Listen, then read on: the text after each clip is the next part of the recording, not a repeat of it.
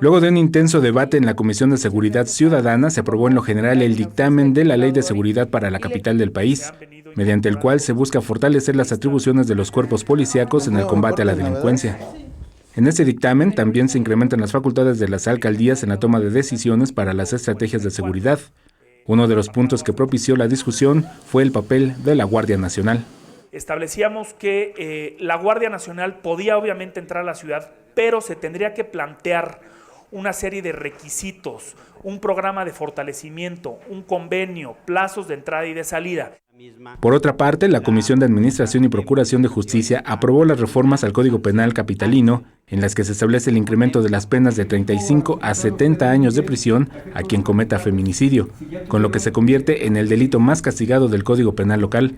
Contempla la derogación del delito de ultrajes a la autoridad y se plantean reformas a la Ley de Cultura Cívica de la Ciudad de México para establecer como infracción administrativa las agresiones físicas, intimidar o incitar a la violencia en contra de los elementos de seguridad ciudadana.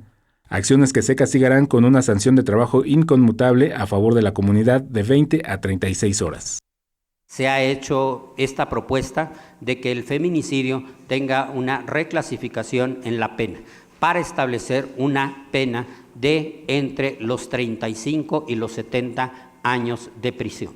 Esto consideramos que es un mensaje muy importante de este Congreso y de la Ciudad de México para establecer que bajo ninguna circunstancia se puede permitir que haya la privación de la vida a una mujer en la Ciudad de México.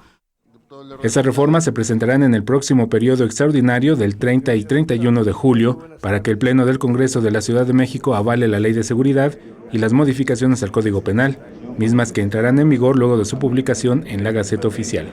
Alberto Álvarez Santana, 21 Noticias.